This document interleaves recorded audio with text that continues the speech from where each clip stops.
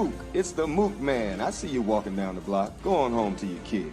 Now, the news and weather. Our mayor has commissioned a blue ribbon panel, and I quote, to get to the bottom of last night's disturbance. The city of New York will not let property be destroyed by anyone, end quote.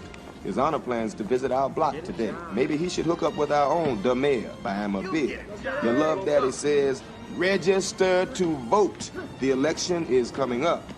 There's no end in sight from this heat wave, so today, the cash money word is chill. That's right, C-H-I-L-L. When you hear chill, call in at 555-LOVE and you'll win cash money, honey. This is Mr. Senior Love Daddy coming at you from what's last on your dial, but first in your hearts, and that's the quintessential truth. Ruth. Hey, I'm Jada Brown, and I'm a junior here at Harding University High School. On today's episode, I will be discussing Spike Lee's movie, Do the Right Thing, and how this movie confronts racism head on. Stay tuned. Sheldon Jackson Lee, also known as Spike Lee, was born on March 20th, 1957 in Atlanta, Georgia. He is mostly known for his uncompromised, infuriating approach to controversial subject matter. He majored in communications at Atlanta's Morehouse College, where he directed his first 8 films and met his future co-producer, Monty Ross. In 1978, Lee went to New York University's Graduate Film School, and he soon met a cinematographer, Ernest Dickerson.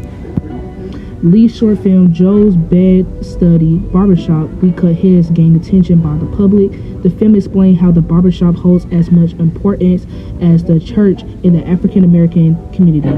His other famous films are She Gotta Have It, 1986, Do the Right Thing, 1989, and Malcolm X, 1992. I will be focusing on Do the Right Thing more in this podcast, so stay tuned for more. I believe that Spike Lee has a fresh and powerful voice in American cinema. He is a man unafraid to speak on his viewpoint, though it is unpopular to white audiences.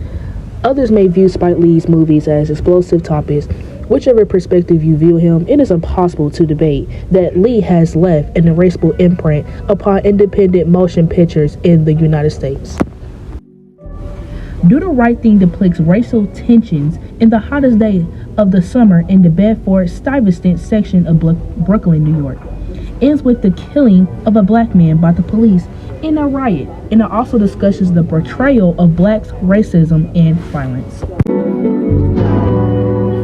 Racism is the conviction that we can credit capacities and qualities to individuals based on their race, color, ethnicity, and national region. It's also the form of prejudice, hatred, and discrimination, and it can stretch to violence, intimidation, and also exclusion.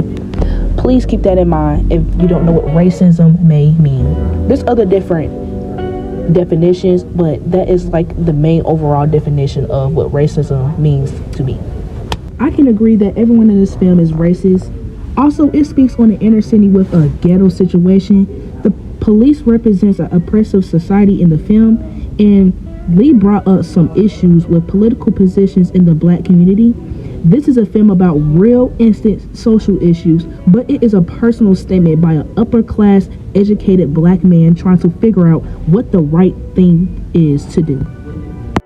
On May 25th, 2020, a video surfaced the internet due to him being choked to death by the cops during an arrest in Minneapolis.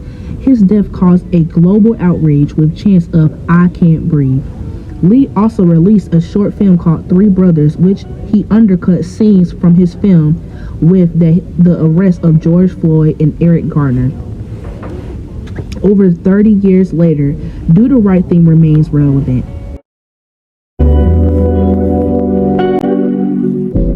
Thank you for tuning in, and I hope y'all enjoyed this podcast.